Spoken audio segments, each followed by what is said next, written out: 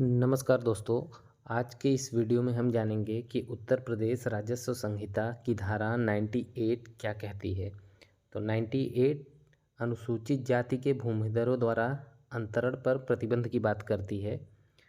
तो इसमें यह प्रावधान किया गया है कि अनुसूचित जाति का कोई भी व्यक्ति अपनी ज़मीन का अंतरण केवल अपने ही वर्ग की जाति में अर्थात अनुसूचित जाति में ही अंतरण कर सकता है। इसके अलावा वह किसी जनरल कैटेगरी या ओबीसी कैटेगरी को अपनी भूमि का अंतरण किसी भी माध्यम से नहीं कर सकता। यदि वह अपना अंतरण एससी कैटेगरी के अलावा किसी अन्य कैटेगरी में करना चाहता है तो उसके लिए धारा 98 में कुछ प्रावधान किए गए हैं, जिसे हम आगे इस वीडियो में जानेंगे। आइए देखते हैं कि धारा 98 क्या कहती है। तो यह कहती है कि अनुसूचित जाति के किसी भूमिधर को कलेक्टर की लिखित पूर्व अनुज्ञा के बिना कोई भूमि किसी अनुसूचित जाति के व्यक्ति से भिन्न किसी व्यक्ति को विक्रय, दान, बंधक या पट्टे द्वारा अंतरित करने का अधिकार नहीं होगा। इस धारा में ऐसा प्रावधान इसलिए किया गया है ताकि अनुसूचित जाति के भूमिधरों द्वारा भूमि के अंतरण पर विशेष प्रतिबंध इसलिए लगे क्योंकि उनके पास सुरक्षित कृषि भूमि बनी रहे और उनका शोषण न हो सके। इसके अलावा अगर हम धारा 98 के मुख्य प्रावधान को देखें तो यह स्पष्ट होता है कि कोई अनुसूचित जाति का भूमिधर अपनी भूमि किसी गैर अनुसूचित जाति, चाहे वह सामान्य वर्ग हो, पिछड़ा वर्ग हो या अनुसूचित जनजाति या कोई अन्य वर्ग हो, को कलेक्टर की लिखित पूर्व अनुमति के बिना विक्रय, दान, बंधक, पट्टा या किसी अन्य तरीके से हस्तांतरित नहीं कर सकता है। इसके अलावा यदि बिना अनुमति के भूमि का अंतरण हो जाता है तो वह अंतरण अवैध होगा और वह भूमि राज्य सरकार में निहित हो जाएगी। इसके अलावा इस अनुमति के लिए स्पष्ट कारण जैसे पारिवारिक आवश्यकता, बीमारी, अग्रिम शिक्षा, कर्ज चुकाना आदि कलेक्टर के पास प्रस्तुत करना पड़ता है। तब जाके कलेक्टर को अगर सेटिस्फाई हो जाते हैं तो वो आगे अपने आदेश के तहत अनुसूचित जाति के वर्ग को यह लिखित अनुज्ञा देते हैं कि आप अपनी भूमि का अंतरण किस शर्त पे कर सकते हैं। यूपीआरसी के सेक्शन 98 द्वारा ऐसा प्रतिबंध क्यों लगाया गया है? इसका प्रमुख कारण यह है कि अनुसूचित जाति भूमिधर को आर्थिक, सामाजिक असुरक्षा तथा धोखाधड़ी या दबाव में भूमि बेचने से बचाने के लिए यह संरक्षण दिया गया है। इसके अलावा एक और प्रमुख कारण यह है कि इसका उद्देश्य समाज के कमज़ोर वर्ग की भूमि को संरक्षित रखना है ताकि उनकी आजीविका और अधिकार सुरक्षित रहें। जैसा कि हम जानते हैं कि माननीय सुप्रीम कोर्ट ने आर्टिकल 15 और 16 के तहत एससी और एसटी वर्ग को सामाजिक और शैक्षणिक रूप से पिछड़ा घोषित किया है। अर्थात ये कमज़ोर वर्ग के लोग हैं और इनका संरक्षण कानून के माध्यम से किया जाना अत्यंत आवश्यक है। इसी कारण से यह प्रावधान धारा 98 यूपीआरसी के तहत दिया गया है। यदि एससी कैटेगरी अर्थात अनुसूचित जनजाति अनुसूचित जाति के वर्ग के किसी व्यक्ति को अगर भूमि किसी ओबीसी या सामान्य वर्ग को बेचना है तो उसे धारा 98 के तहत कलेक्टर से अनुमति प्राप्त करना होता है। तो इस अनुमति को प्राप्त करने के लिए क्या प्रक्रिया है उसको हम देखते हैं। तो इसके लिए आप ऑनलाइन या ऑफलाइन दोनों प्रकार से आवेदन कर सकते हैं और इसके तहत आपको भूमि का विवरण देना होगा, जैसे कि खसरा संख्या, रकबा, ग्राम, तहसील, विक्रेता का नाम, खरीदार का वर्ग और अंतरण का कारण स्पष्ट रूप से लिखना होगा।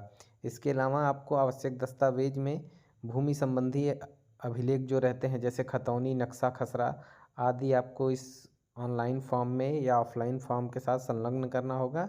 और इसके अलावा विक्रेता तथा खरीदार के आधार कार्ड को भी आप इसमें संलग्न करेंगे। अनुमति आपको किस आधार पे चाहिए ये भी आपको बताना पड़ेगा। जैसे यदि व्यक्ति बहुत बीमार है तो आपको बीमारी का प्रमाण पत्र देना होगा। अगर आप कर्ज में डूबे हुए हैं तो कर्ज के दस्तावेज देने पड़ेंगे। और इसके अलावा और भी कोई अन्य कारण हैं तो वो कारण आपको प्रमाण पत्र सहित दर्शाने पड़ेंगे।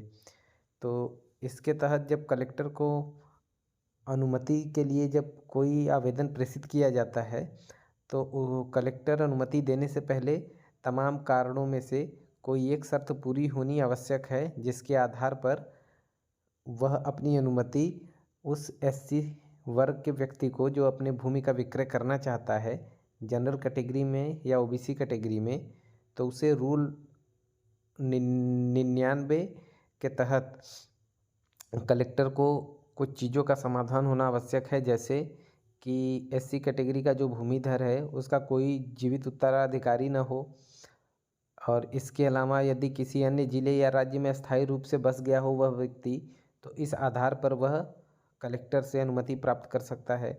यदि उसके परिवार का सदस्य है या वह खुद किसी घातक बीमारी से पीड़ित हो जो जानलेवा हो सकती है, और यदि विक्रय का उद्देश्य नई भूमि क्रय करना है, तो भी वह व्यक्ति आवेदन दे के कलेक्टर की अनुमति प्राप्त करने के लिए सक्षम होगा।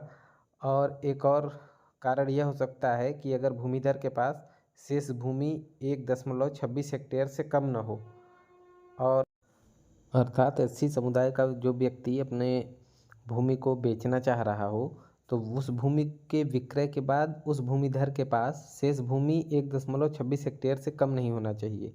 इसके अलावा यह भी ध्यान देना चाहिए कि विक्रय का जो मूल्य उस व्यक्ति को प्राप्त होगा अपना ज़मीन बेचने के बाद, तो वह सर्किल रेट से कम नहीं होना चाहिए। तो इस तरीके का आवेदन देने के बाद जब आवेदन प्राप्त होता है तो उसका जो है राजस्व निरीक्षक या तहसीलदार भूमि और अभिलेखों का सत्यापन करते हैं और रिपोर्ट तहसील स्तर से कलेक्टर को भेजी जाती है। यदि सभी शर्तें पूरी होती हैं तो कलेक्टर लिखित अनुमति जारी कर देते हैं। उस अनुमति की वैधता लगभग 2 माह तक रहती है। इस अवधि के अंतर्गत ही जमीन का अंतरण पूरा करना होता है। अतः हम देख सकते हैं कि कलेक्टर का आदेश प्राप्त करने से पूर्व व्यक्ति को कुछ ऐसे विशेष कारण दर्शित करने होते हैं जो अधिनियम द्वारा बताए गए हैं, अन्यथा इसके अलावा कलेक्टर की अनुमति प्राप्त करना असंभव ही होती है। यहाँ पर एक और स्थिति है कि यदि कलेक्टर की बिना अनुमति के ही अंतरण कर दिया जाता है तो उसका क्या परिणाम होगा। तो उसका एक प्रमुख परिणाम यह होगा कि यदि बिना अनुमति के भूमि का ट्रांसफ़र किया गया है तो वह पूर्ण रूप से अवैध हो जाएगी, उस अंतरण को वैध माना ही नहीं जाएगा। और एक दूसरा परिणाम यह होगा कि यह यूपीआरसी के धारा 104 और 105 के अनुसार ऐसी भूमि जिसका अंतरण किया गया है वह एक तो रजिस्ट्री कैंसिल होगा और वह भूमि वापस उस समुदाय के व्यक्ति अर्थात एससी समुदाय के व्यक्ति के पास न जाकर वो राज्य सरकार में निहित हो जाती है। अर्थात वो भूमि न तो क्रेता के पास जाएगी न ही विक्रेता के पास जाएगी, वो संपत्ति उस पर राज्य सरकार का हक हो जाता है। तो इस प्रकार यह आवश्यक हो जाता है कि यदि कोई जनरल कैटेगरी का व्यक्ति या कोई ओबीसी व्यक्ति किसी एससी समुदाय से किसी ज़मीन का विक्रय कर रहा हो तो उसे कलेक्टर से लिखित अनुमति प्राप्त करनी आवश्यक है। इसी स्थिति में वह ज़मीन का विक्रय कर सकता है, और यही ठीक उस एससी समुदाय के व्यक्ति पर भी यही नियम लागू होता है। यदि वह अपने भूमि का विक्रय करना चाह रहा है तो उसे कलेक्टर की पूर्व अनुमति लिखित रूप से प्राप्त करनी आवश्यक है। तो इस प्रकार से और राजस्व संबंधी नियमों को जानने के लिए आप मेरे चैनल को शेयर करिए, लाइक करिए और सब्सक्राइब करिए। मस्त रहिए। धन्यवाद।